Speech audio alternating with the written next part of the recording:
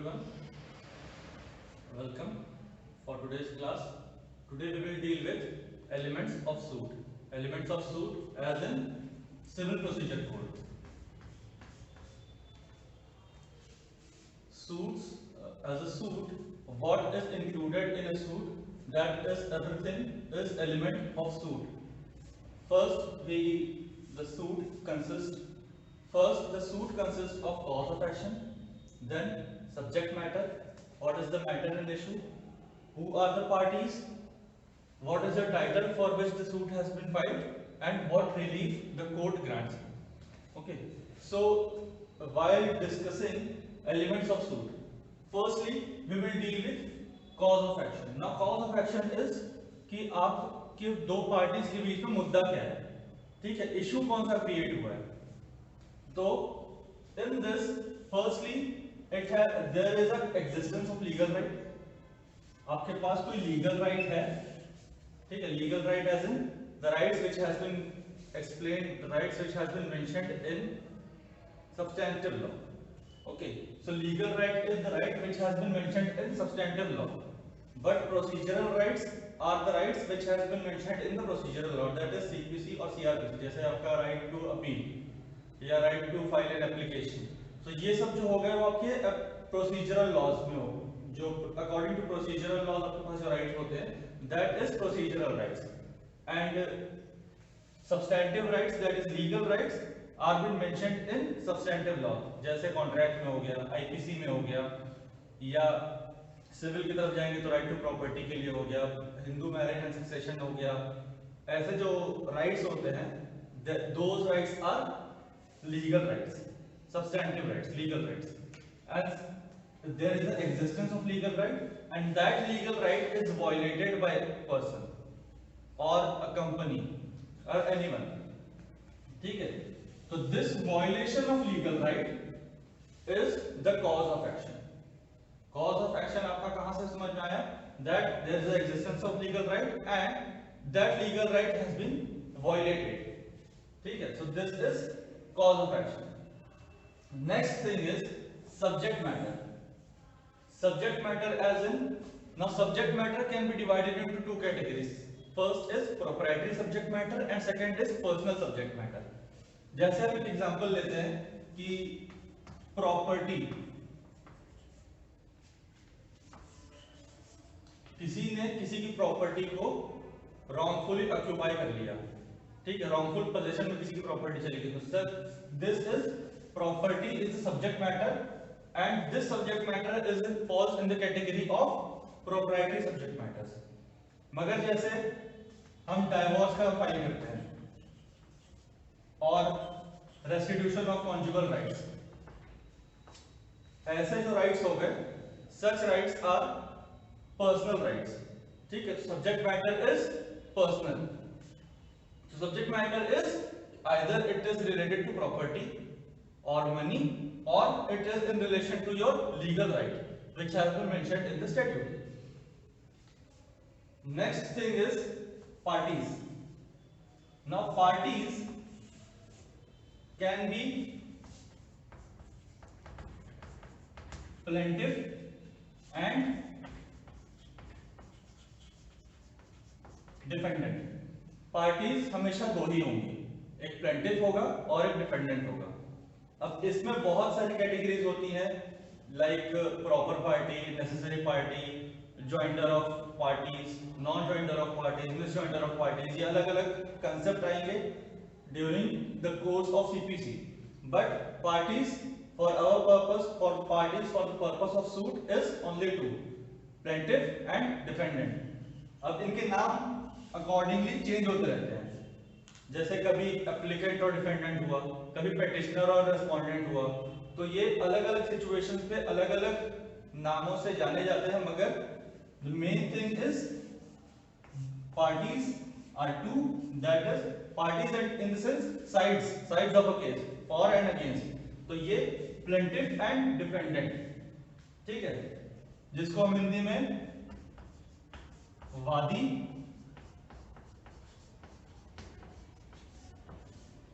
और प्रतिवादी के नाम से जानते हैं.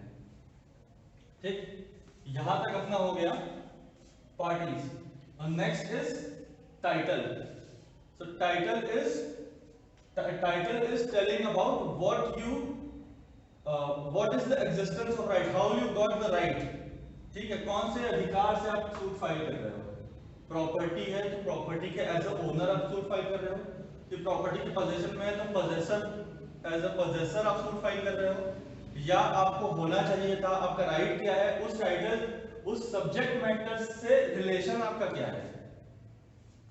Your relation to subject matter is the title and relief is what you get from the court.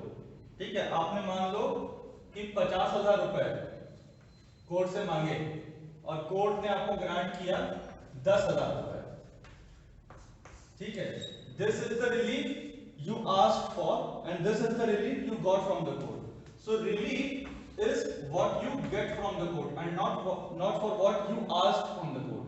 ठीक है, अब इससे रिलेटेड एक छोटा सा एग्जांपल ले लेते हैं जिसमें हमको ये सब चीजें समझ में आएंगी. जैसे ए इज अ पर्सन, ए के पास एक प्रॉपर्टी है. ठीक है, अब ए की डेथ के बाद ये प्रॉपर्टी जानी चाहिए थी सी को. सी इज अ सन, मगर ये property has wrongfully been acquired by x.